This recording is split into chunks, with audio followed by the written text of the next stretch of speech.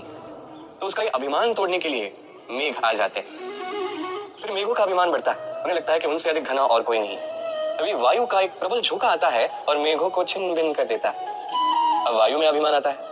वायु सोचती है कि मुझसे अधिक शक्तिशाली और कोई नहीं। यही वायु का झोंका जाके किसी विशाल पर्वत से टकराता है, उस वायु का भी अभिमान चूर चूर हो जाता है। पर्वत सोचता है कि मुझसे अधिक स्थिर और शक्तिशाली और कोई नहीं।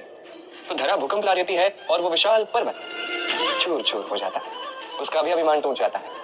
अब धरा में अभिमान आता है। धरा कहती है कि सब कुछ मुझ पे टिका हुआ, मुझसे अधिक शक्तिशाली कोई नहीं। एक छोटा सा मूषक आता है, धरा में बिल बनाता है, भीतर घुस जाता है। धरा का भी अभिमान टूट जाता है। इसका तात्पर्य सरल है, इस संसार में अभिमान कभी स्थिर नहीं रहता। यह अभिमान टूटेगा। ये सांसारिक चक्र है। हमें अपने जीवन में अपने कर्तव्य निभाने हैं, अपने कर्म करने हैं, अभिमान नहीं करना। जो व्यक्ति इस बात को समझ जाता है वो ज्ञानी कहलाता है, और जो इस बात को नहीं समझ पाता वो आजीवन शोध प्रतिशोध मान अपमान इसी में उलझ जाता है। अब क्या आप इसी में उलझना चाहते हैं या आप ज्ञानी बनना चाहते हैं? चयन आपका। आइए और मेरे साथ प्रेम से कहिए राधे राधे। तो उसका ये अभिमान तोड़ने के लिए मेघ आ जाते हैं। फिर मेघों का अभिमान बढ़ता है, उन्हें लगता है कि उनसे अधिक घना और कोई नहीं।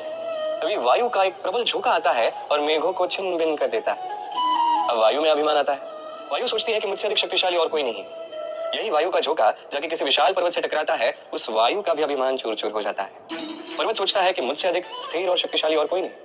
तो धरा भूकंप ला देती है और वो विशाल पर्वत चूर चूर हो जाता है, उसका भी अभिमान टूट जाता है। अब धरा में अभिमान आता है। धरा कहती है कि सब कुछ मुझ पे टिका हुआ, मुझसे अधिक शक्तिशाली कोई नहीं। एक छोटा सा मूषक आता है, धरा में बिल बनाता है, भीतर घुस जाता है। धरा का भी अभिमान टूट जाता है। इसका तात्पर्य सरल है, इस संसार में अभिमान कभी स्थिर नहीं रहता। यह अभिमान टूटेगा। ये सांसारिक चक्र है। हमें अपने जीवन में अपने कर्तव्य निभाने हैं, अपने कर्म करने हैं, अभिमान नहीं करना। जो व्यक्ति इस बात को समझ जाता है वो ज्ञानी कहलाता है, और जो इस बात को नहीं समझ पाता वो आजीवन शोध प्रतिशोध मान अपमान इसी में उलझ जाता है।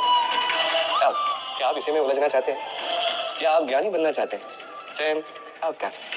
आइए और मेरे साथ प्रेम से कहिए राधे राधे।